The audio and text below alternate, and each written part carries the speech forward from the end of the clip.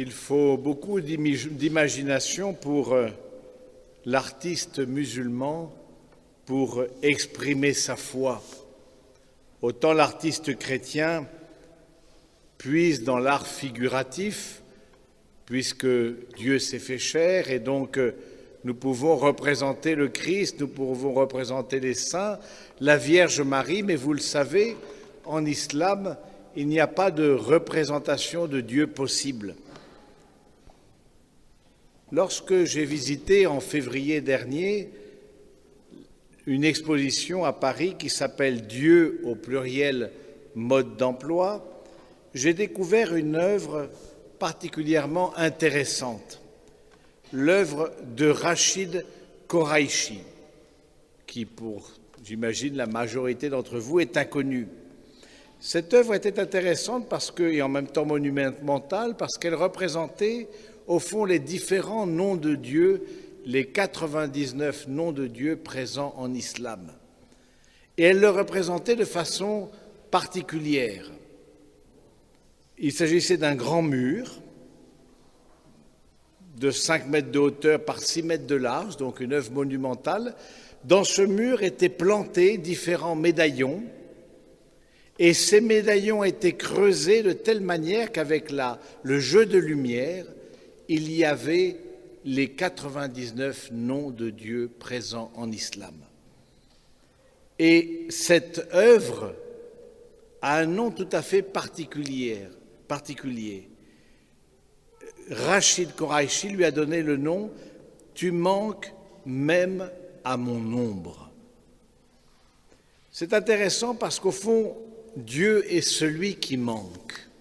Et cela m'a fait penser à une hymne que nous chantons à Vêpres, la 2e semaine du Bréviaire, cet hymne composé par Joseph Jolineau, jésuite, qui dit la chose suivante: « À la mesure sans mesure de ton immensité, tu nous manques, Seigneur, dans le tréfonds de notre cœur, ta place reste marquée comme un grand vide, une blessure. »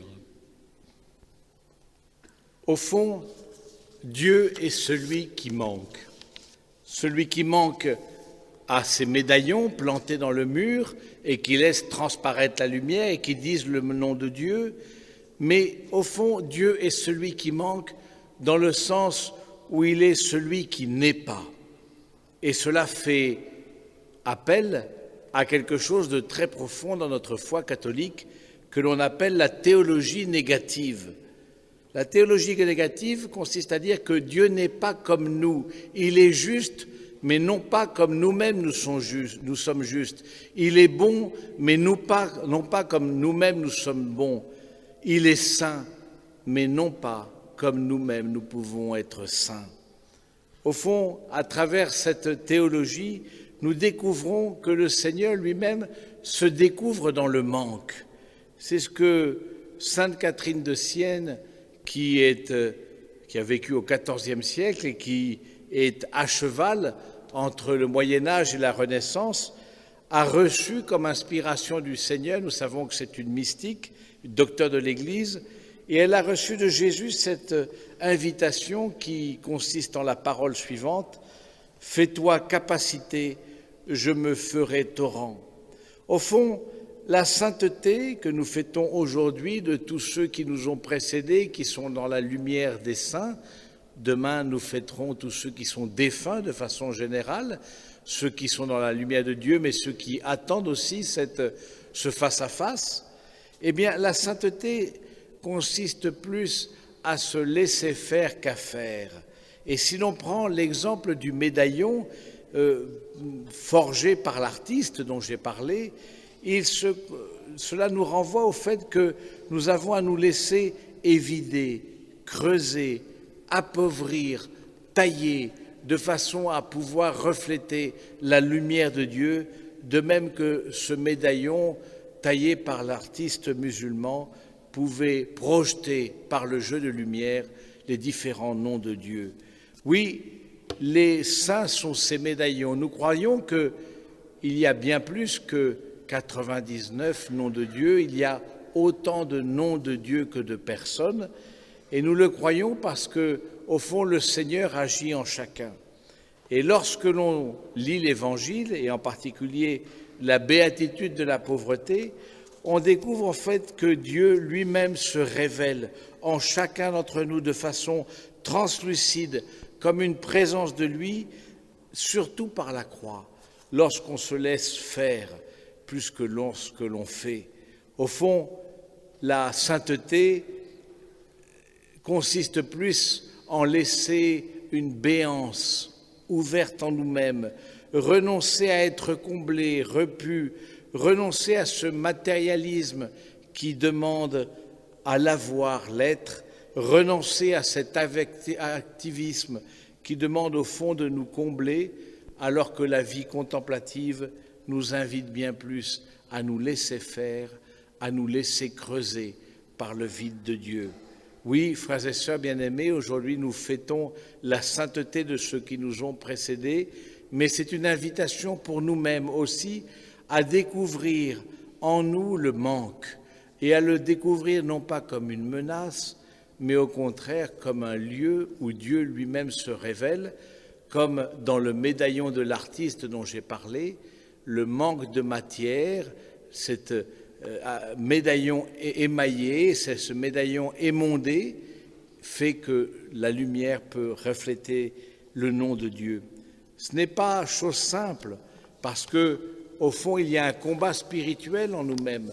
C'est vrai que chacun de nous sommes invités à cette sainteté de par notre baptême, nous sommes invités à cette représentation de la bonté de Dieu, à témoigner de la bonté de Dieu, de la miséricorde de Dieu, mais au fond, on le sait bien, c'est quelque chose à travailler chaque jour. C'est pour cela que nous sont données les béatitudes, et en particulier la première béatitude, « Heureux les pauvres de cœur, le royaume des cieux est à eux ». Vous remarquerez que bon nombre de mes béatitudes se conjuguent au futur, alors que la première est au présent. De même, la béatitude de ceux que l'on persécute est aussi au présent. Comme si, au fond, on témoignait dans le monde présent de la présence de Dieu à travers cette pauvreté, à travers ce manque, à travers cette difficulté à traduire l'amour de Dieu, mais aussi nous avons cette confiance profonde que le Seigneur nous invite à le dire à travers notre pauvreté, à travers nos manques, mais c'est une invitation aussi à nous laisser émonder par le Seigneur.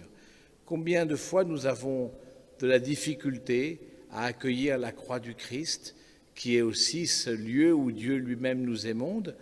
Nous avons de la difficulté parce que nous pensons que la sainteté est de notre fait et non pas de Dieu lui-même.